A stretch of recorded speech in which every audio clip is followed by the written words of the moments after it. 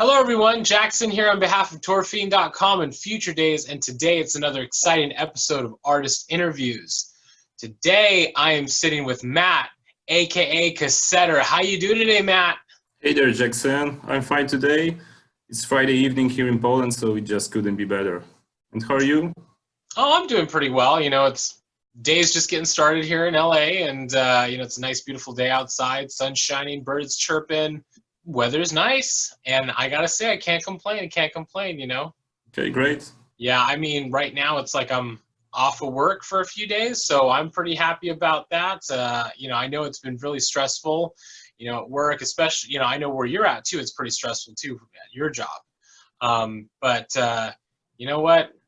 I'm glad that we have these days here and there to help recharge our Of course. our And skill.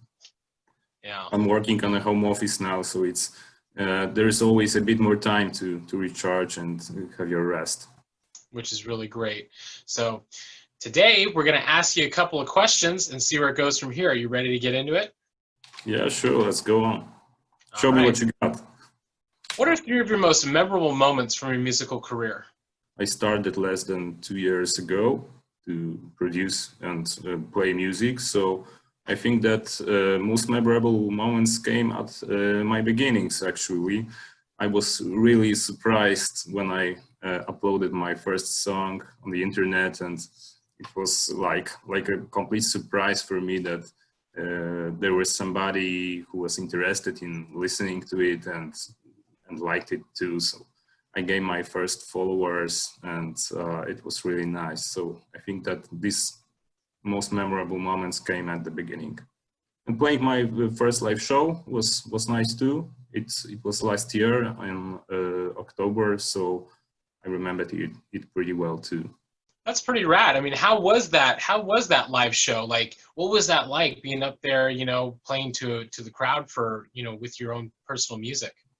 Yeah, it was my first time, so I was a bit stressed, and I have to say that it was quite of a big challenge for me because I didn't have a chance to play before, and I had to learn to play on a DJ controller 2 months before it. So it was a tough task. So I was a bit stressed at the beginning, and I made some mistakes, like transitioning from the second to the first song, to the third song, I believe. But after all, I think it went quite well. There weren't too many mistakes, but it was challenged, and it was a bit tough, connected with the fact I didn't have a lot of time to learn how to play on a DJ controller. And I'm not sure if you ever played with these laser synthwave glasses. Yeah, with I usually have these ones called like laser face glasses from Heatwave Visual. Yeah, they're like these big ones that go over the eyes. Yeah, so you probably know that it's a bit difficult to play with these ones. So you can't see everything properly, and I didn't expect it. But it was really difficult to see the public through them and to see the console. Yeah, so it was like a level hard for me. Yeah, but it was still nice. I had some fun, and I couldn't wait for next shows. But unfortunately, this whole academy thing happened. So we'll see. Well, you know what? Sooner rather than later, I think it's going to be amazing once you get back out there playing live. And you know what? It wouldn't be a show if something didn't go wrong, right? That's just how it goes. Like live shows, it's like, I always like to say, hey, the show is not a success unless something happens that's wrong. Even though you're out there playing live, or you may play something a little bit, or you may play something wrong or whatever, the crowd doesn't know it. You know it, but the crowd may not know it. That's the case. The crowds just wouldn't find out. They're just having fun. It doesn't matter if the music stops for 10 seconds. It's just no problem. Yeah, and I have already one show scheduled for the September, I believe. It's possible already to have some shows with limited public. It's like up to 150 people. So yeah, we'll see. Hopefully I'll manage to play it and everything will be just fine. Well, I think it's going to be great. And you know what? It's going to be a little bit more intimate for the public because they get to have that intimate time with you, which is really, really good. So I look forward to seeing all the pictures and video from that coming very soon from you. Yeah, looking forward to it too. What would you say is your favorite album/EP that you've ever worked on? Well, I think I would choose the album I just finished working on. So the Entropy LP is my favorite so far. So you probably heard some singles from this album like Nexus, Memory Manipulation, Catch Me If You Can. Yeah, so you know what you can expect. And I had fun working on that album, and I hope that people would enjoy it too. Well, you know what? You're right. I have heard a couple of these singles, that you put out on your Bandcamp page. You know what? I gotta say, they are really solid songs. I love them. Nexus was really great because you had, the vocals in with the track. You know what I mean? And but like, I gotta say, like Memory Manipulation to me, I was like, wow, this is like. You're right. This is like a cyberpunk, like dystopian, like raw, in your face, electronic, like thrashing track. It's really good. I love it. Thank you, man. I appreciate it so much. That's the thing about your music. Like, after, listening to your music and all of your releases that you put out, I gotta say you have this really unique way that you kind of build your stuff. I think that when you go through building your music, like, do you have like a specific thing in mind, like when you go through to create your songs, or do you just kind of like go off of what you feel?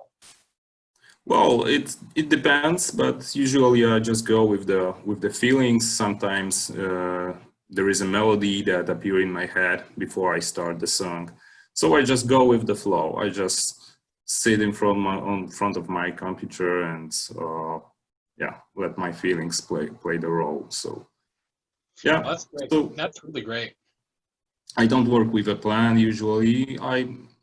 Most often I have an idea, a general idea of the song, and usually I make a kick and the snare before I started to work more creatively on the song. Yeah, but usually I just go with the flow. Well, I know for myself and a lot of other people out there, we really think your music is amazing. We love the way that you like have this little nuance of detail that you put in all of your songs. It's got this really raw, visceral sound, you know what I mean? But it's like, it's heavy, but at the same time, you feel the feelings when you listen to it. It really brings that out in all the things that you create. So thank you for really pushing the boundaries with what you put out in the world. It's really, really great. Thanks, man. Great to hear that from you. What was the drive behind getting you into making music and performing? Actually, I had a short episode with music like 15 years ago, but it ended quite quickly, and it was just pretty basic stuff.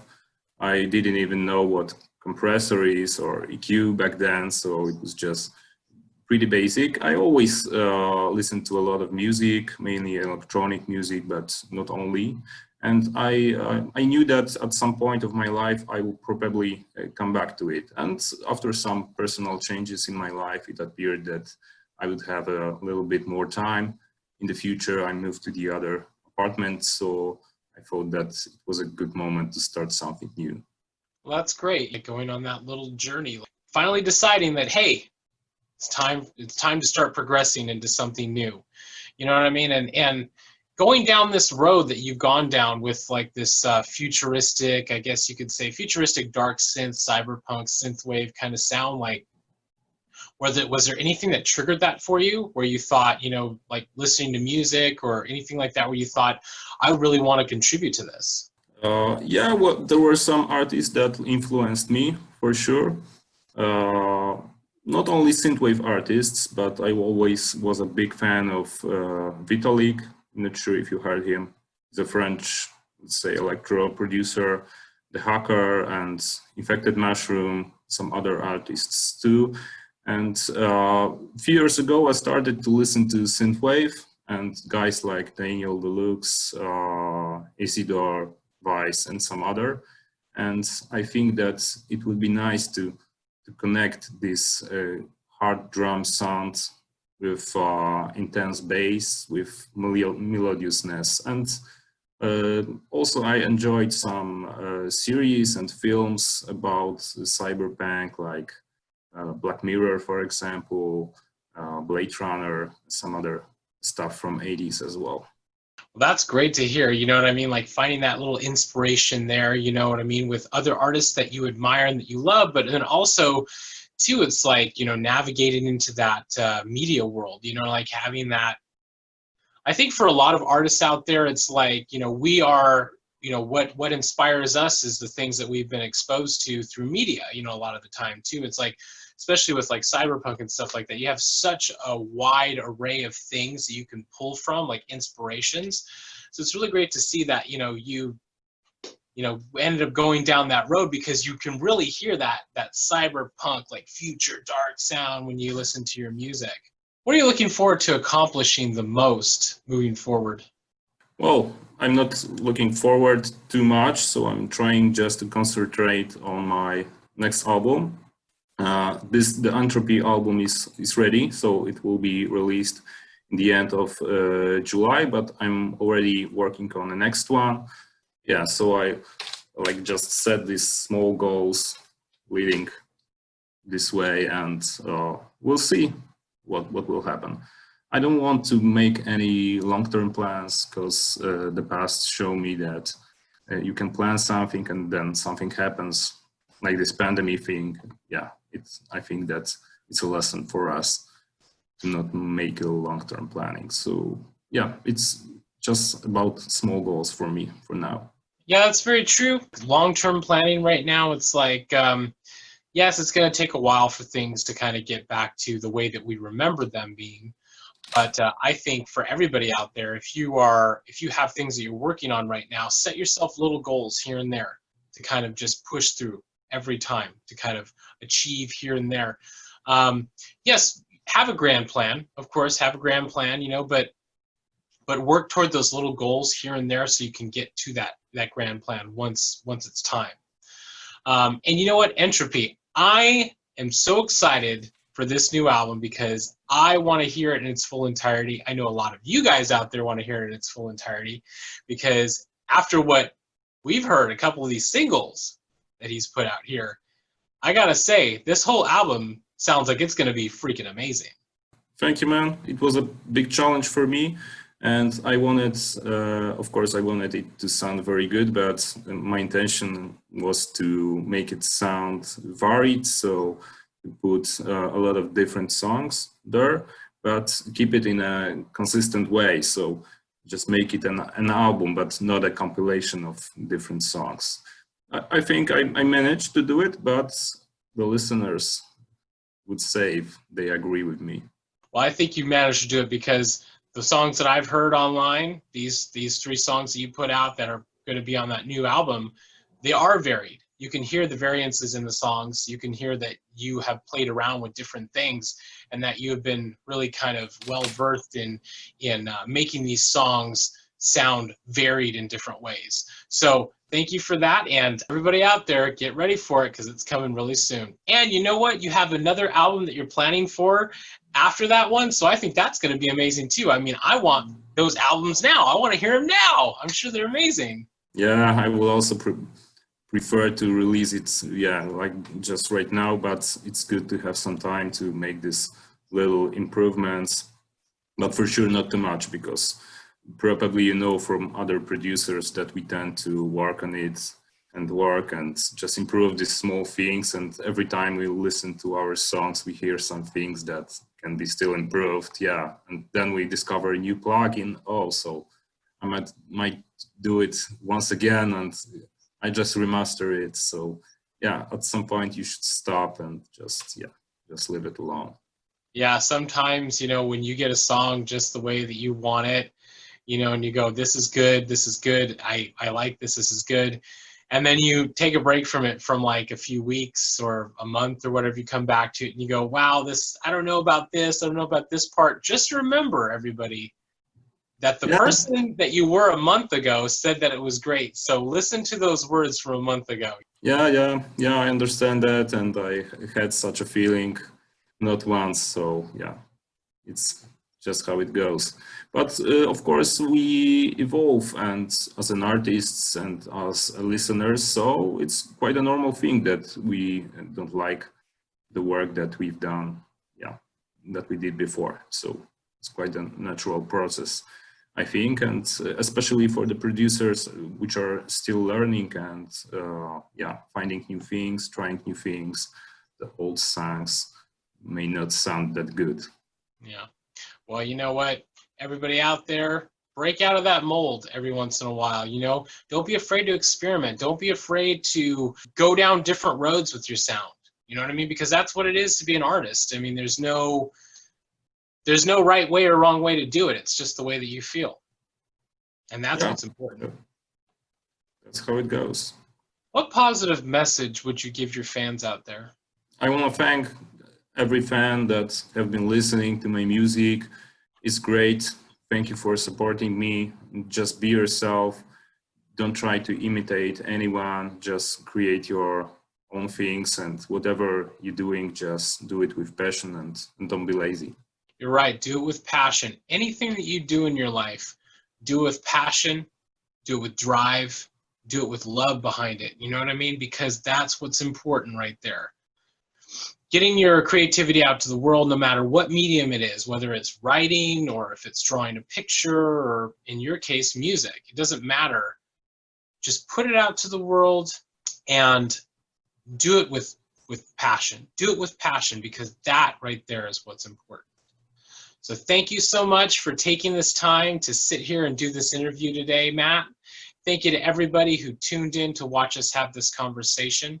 If you like this video, be sure to like and subscribe to our Tour Fiend YouTube channel, as we have many more awesome artist interviews on the way. I look forward to seeing you again in person really soon, Matt, and I look forward to seeing your live shows coming in the future. Yeah, looking forward to it too, and thank you, Jak Syn, for your time. It was a pleasure to talk with you. Definitely a pleasure. And you know what? One of these days, we're going to have to get you out here to Los Angeles, because I know a lot of people who would really love to hear your music live out here. Yeah, I would love to go there too. So looking forward to it. I know. Fingers crossed, sooner rather than later. Yeah, when all of this gets into the new normal, we'll be right there. All right. Well, you have a good rest of your day, and I'll talk to you soon. Yeah, and have a nice holiday too. Thank you. Goodbye.